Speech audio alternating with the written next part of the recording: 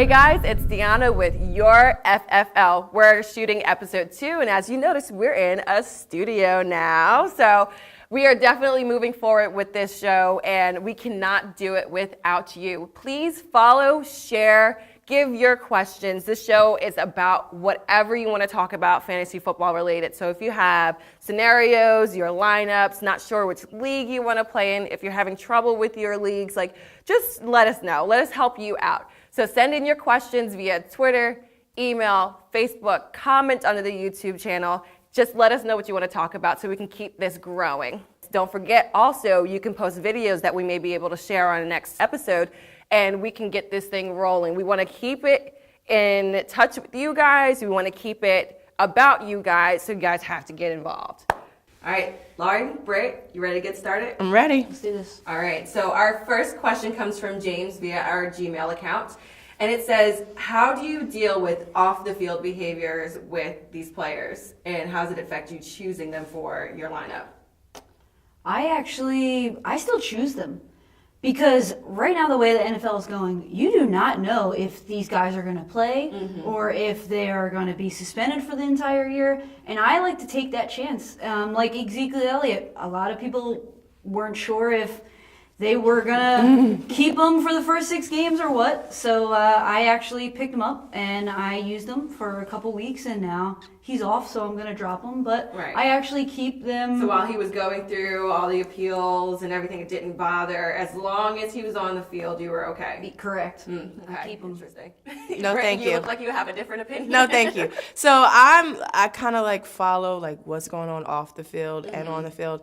And my initial was oh yeah, when he comes back from suspension, he's going to eat. He's going to do numbers. And then I was like, I don't want that headache. So I was going to draft him, and then I said, no, I didn't draft him. I just let him go because I don't want to deal with the on and off. You're toying with my emotions. Right. So I don't want to deal with the on and off situation. So I left it alone. Yeah, and I can see why you both would say what you say because, it's a matter of opinion. You never know what's going to happen as far as if they're even going to get suspended. Right. Yeah. So why not keep them in for a little bit, and you never know when they are going to finally be off the field. So, right.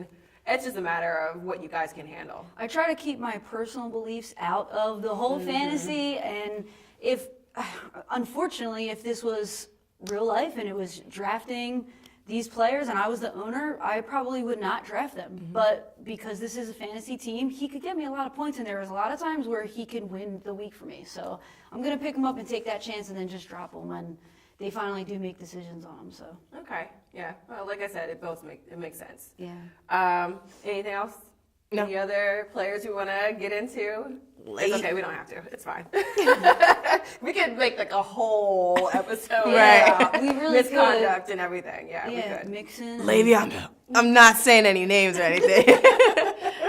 All right, let's move on to our next question. Is from NJ_FF for life. Anyway, it says, what is your favorite roster makeup? I'll take this one. I like the 2 quarterback leagues. You really kind of sort of got to do your research on what you're doing, especially because the quarterback is underrated in fantasy football sometimes. So I like to go 2 quarterbacks, do a little research, and get some good quarterbacks. And it also affects your drafting style. So sometimes you might not pick a quarterback until later in the rounds, but you have to kind of pick them up early so you can get your bread and butter. Yeah. What about you? I don't like the 2 quarterbacks. I like the traditional style of fantasy, just going with the 1 quarterback, 2 running backs. And I actually don't like the individual defensive player, the IDP form of fantasy. I like just the plain defense. Okay. So if you just pick as a whole. Yeah, defense as a whole, special teams, defense, and just 1. I don't like 2 defenses either. I just like just 1. And I like the IR slot, which is great. And a lot of different leagues go in a different direction where they do not like the IR, especially if you have so many slots where you have 2 quarterbacks. So I do enjoy 1 quarterback, the traditional style, and 1 defense. I'm glad you brought that up because our next question actually goes right into it. It's from Tyler Fan on Twitter, and it says, how do I keep up with injuries, and do you guys have any tips? Like she said, the IR spot is amazing because you don't have to drop your player or trade them. Right. You can actually keep them and then follow when they're going to get healthy and follow their recovery. That way you can just put them there, get some rest, and then they can come back to your roster. And as far as following on these players and their injuries and, being in the inside as far as when they are healthy enough to play again or when they do get injured, what is your favorite source as far as knowing, watching it itself or getting notifications from apps or websites? What do you guys prefer? Well, I am really active on Twitter. So I follow and I have notifications for Adam Schefter, Ian Rappaport. I have all the guys that cover each team. So they will let you know first if an injury is coming, at 11:30, as opposed to waiting for these websites to release these articles super late, right before the game, and you don't have time. So I like the action to happen, and I need to find out right away if my player is on the injury report or not. So I go directly to the source instead of going to an article or to a website. Yeah, I know that we talked about Bleacher Report. Bleacher Report is amazing. It's easier. And it comes right to your phone, and it's just a matter of preference. It comes right to your phone, and also I think that Bleacher Report, they usually put out good information. Like, it's not like, I got to check a second source, got to make sure.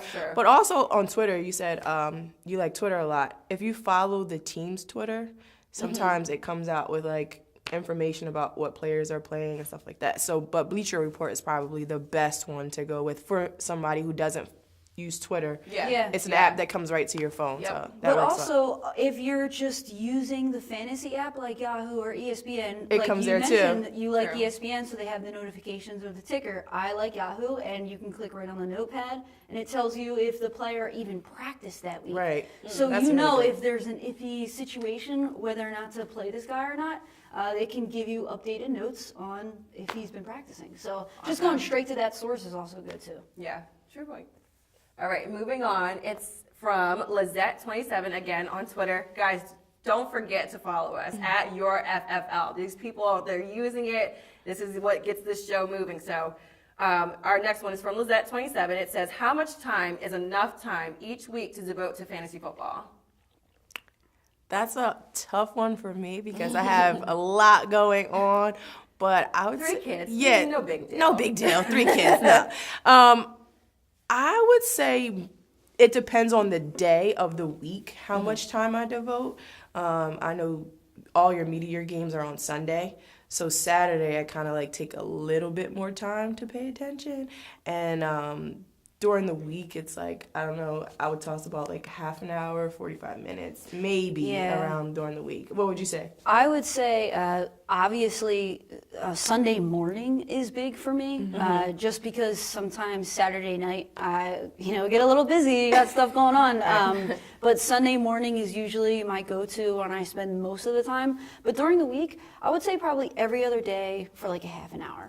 I may just go on. When you just have some downtime for 10, 15 minutes or a half an hour and you're just relaxing and you just pull up and see, let's see if I can get somebody on the waiver wire or who actually came in last that week to know what waiver wire order you are in. See who you can pick up. So Monday, Wednesday, Friday, usually half an hour. I think that's like one of the biggest fear with people wanting to get into fantasy football. They think they don't have enough time. We are some of the most busy women in Philadelphia County, New Jersey. Like, they make it happen. It's nothing. Like, just get into it. Make sure you get in a rhythm. Like, they have their rhythm down, whenever the kids are napping, wherever she's not on her podcast, there is time. So don't fear that you're not going to have enough time to dedicate to it. Just here and there. It's no pressure.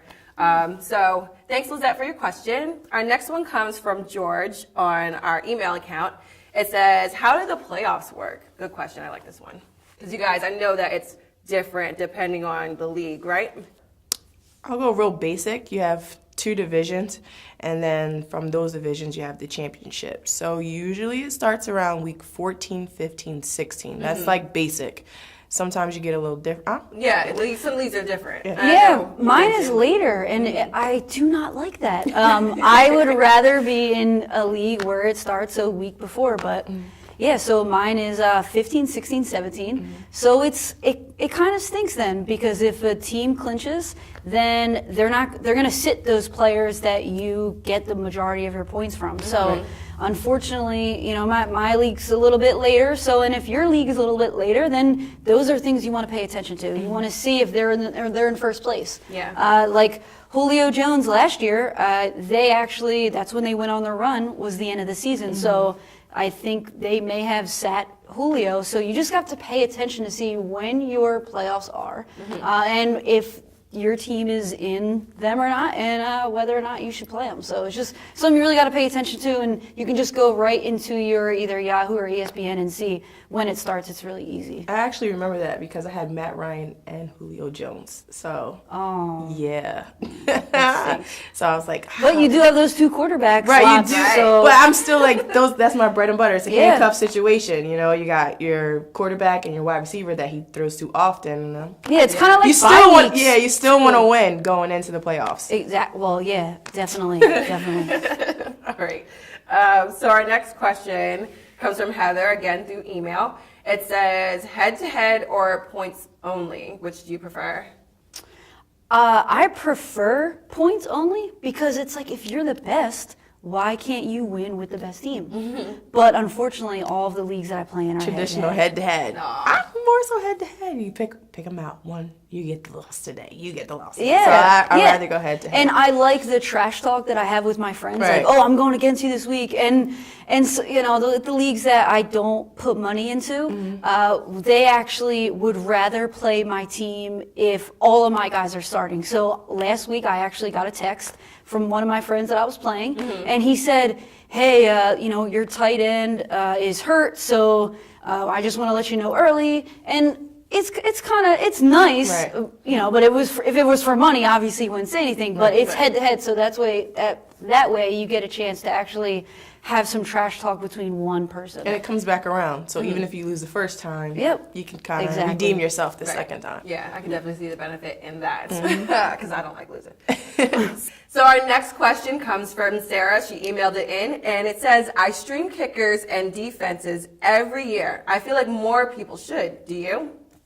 I completely agree. I love streaming my kickers. Not my defenses necessarily, because you have special teams. So I like to pick those teams up strategically. But with kickers, honestly, I could just check and filter who's the best kicker that week that you could pick up. And then I just pick them up every single week. It could be a different kicker. And honestly, sometimes, they get you a lot of points, and sometimes they could win a week for you. But I would rather look for the guy that is going to possibly kill it that week than to spend an awesome draft pick on a kicker. Yeah, I feel like kickers are the absolute underdog when it comes to your lineups. Sorry, Sarah. Sorry, Fitz. I'm not going with you on this one.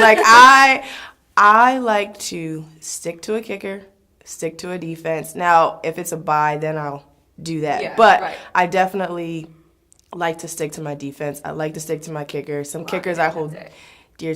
I like all these Cowboys. Oh, it's horrible. Dan Bailey, he's just on point with it. So I'm like, I know you're going to do well. Jake Elliott has been great too. Yeah, 61 yards, just saying. Just saying. I mean, hey, I don't know how you guys do it, but so then it makes it hard though. Well, and that was going to be my question for you.